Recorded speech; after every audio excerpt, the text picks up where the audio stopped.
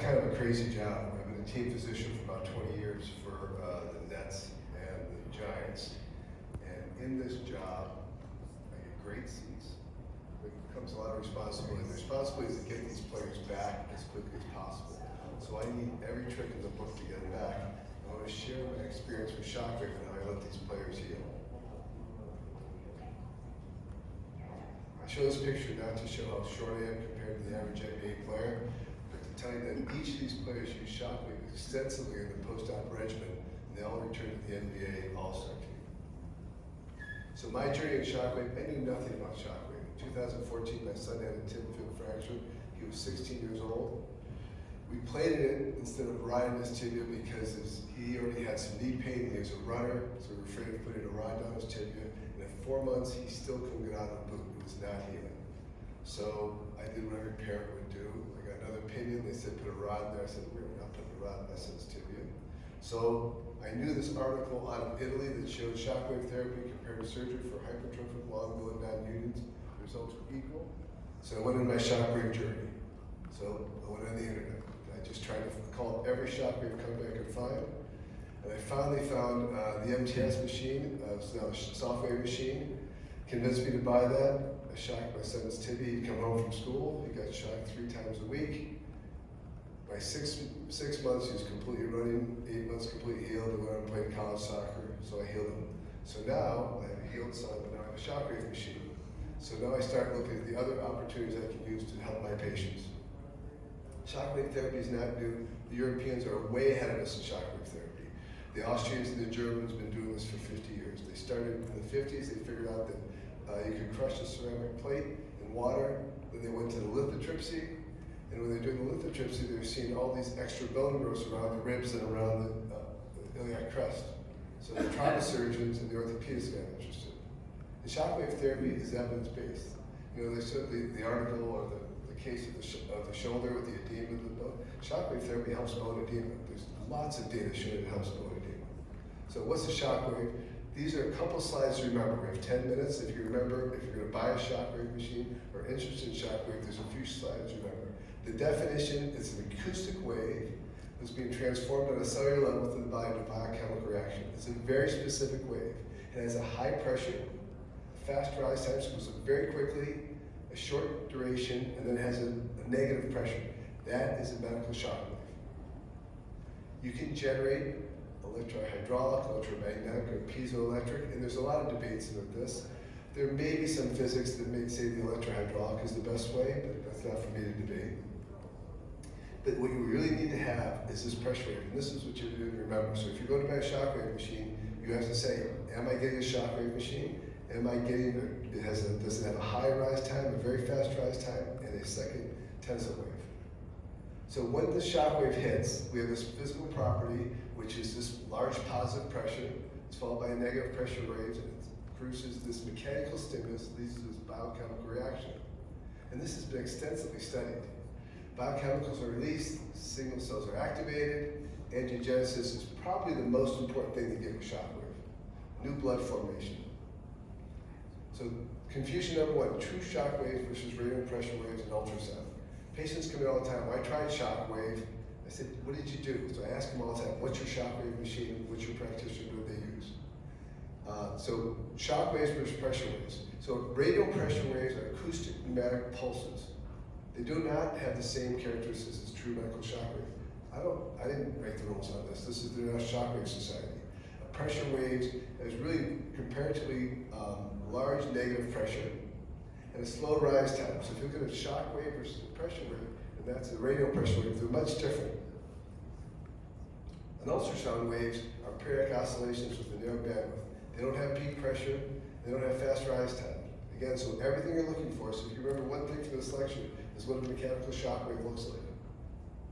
And this is what the International Society for Medical Shockwave Treatment, they only consider a focused shock wave or unfocused shock wave a medical shock wave. The radio pressure wave has most of the energy right at the level of the skin. The shock wave is focused because the peak energy is focused below the skin. This is where your target, where your pathology is.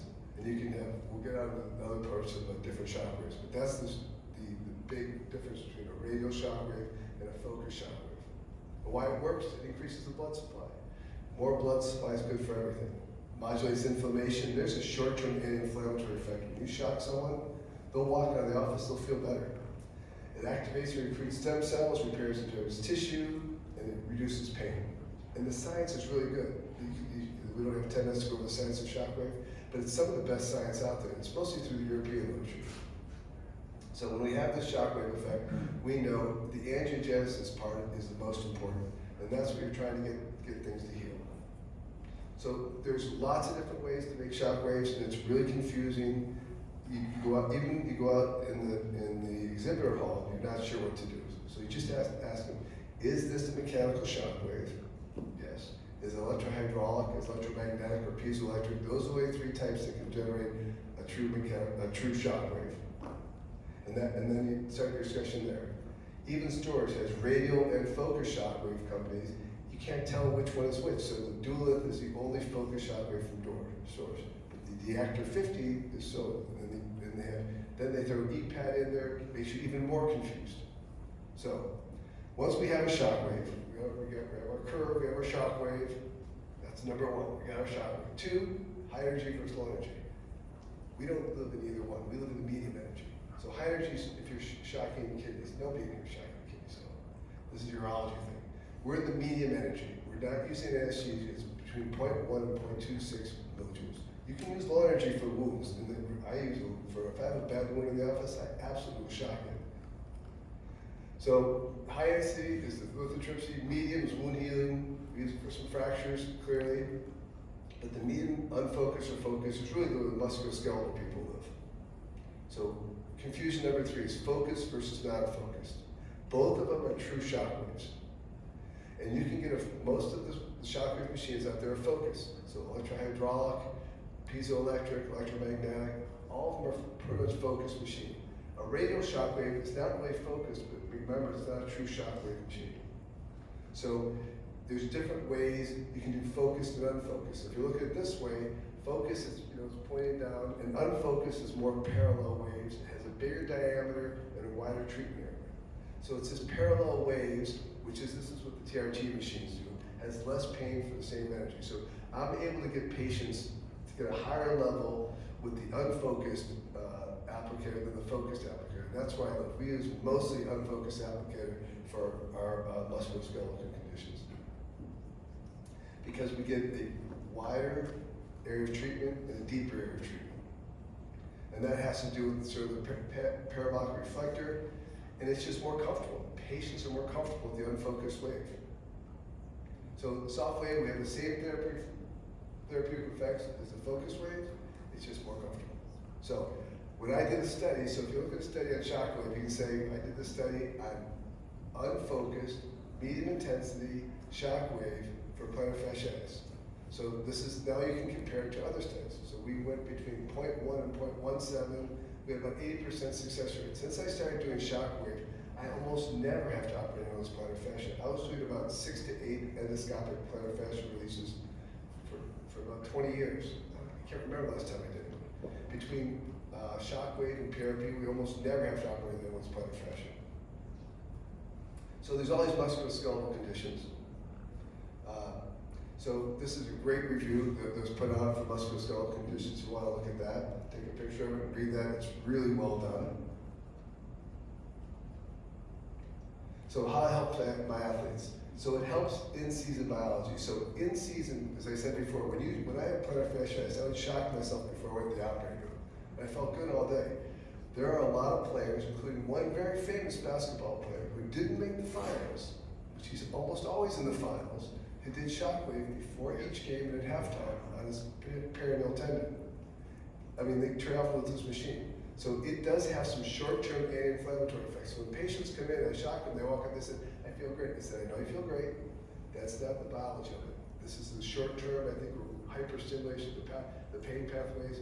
We are not curing you now, you need 3 or 4 sessions.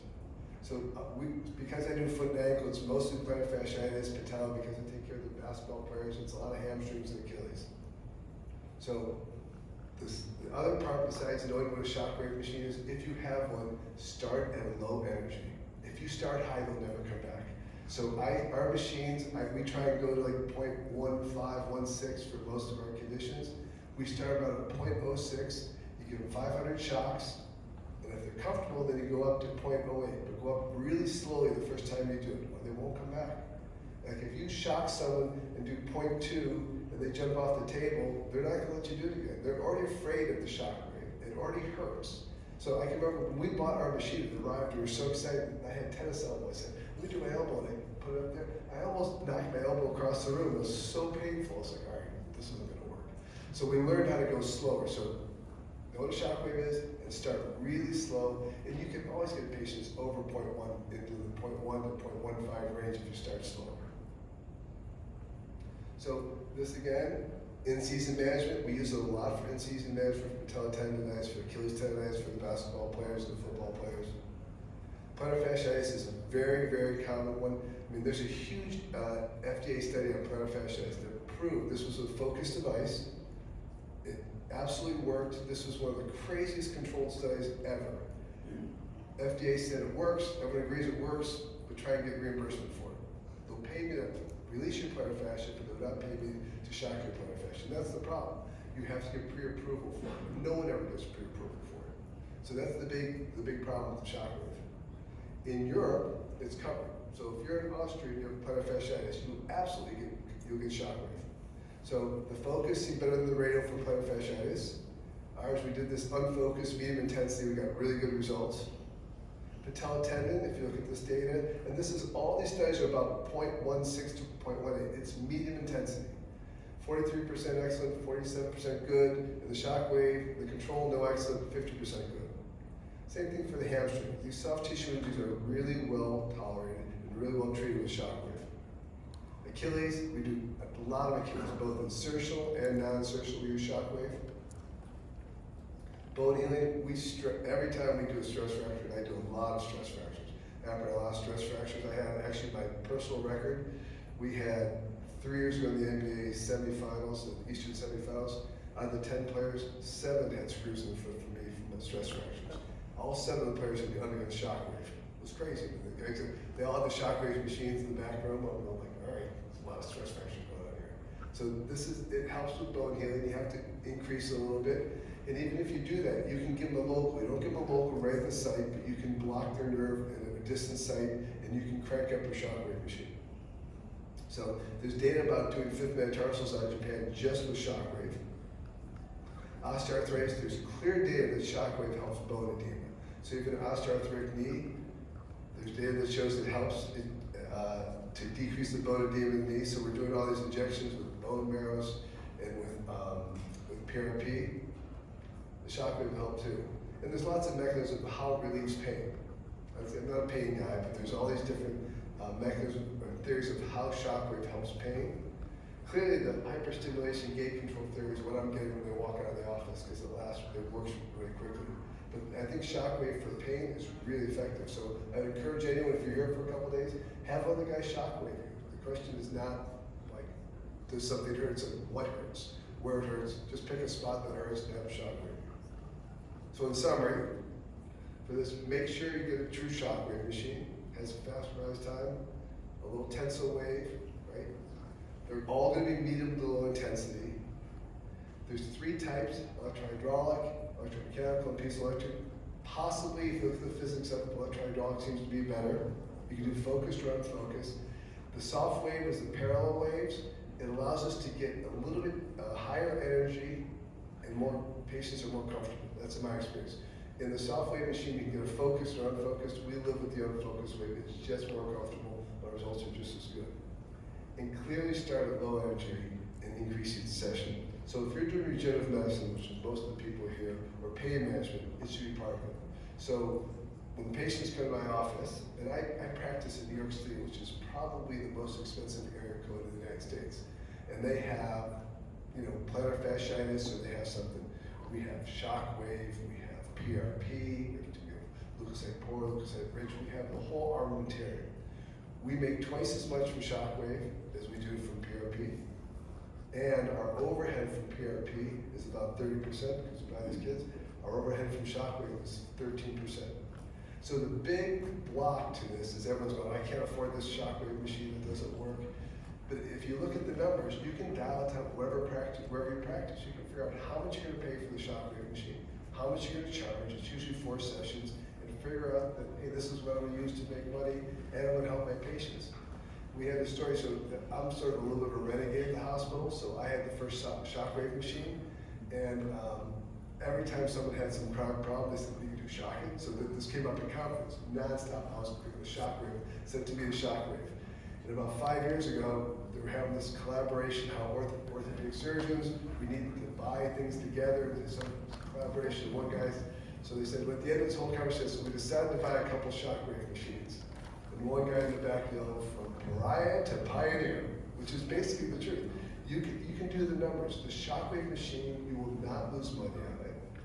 It's really effective for your patients. And if you give your patient the option of an injection or shockwave, so we're pretty much first line shockwave, and then we go to PRP. I love PRP. I've been doing PRP for 15 years. But the shockwave, I don't do the shockwave. I have to take time to do the PRP. So my tech does the shockwave. And so it's just part of your general practice. Shockwave, PRP, something else to offer the patient.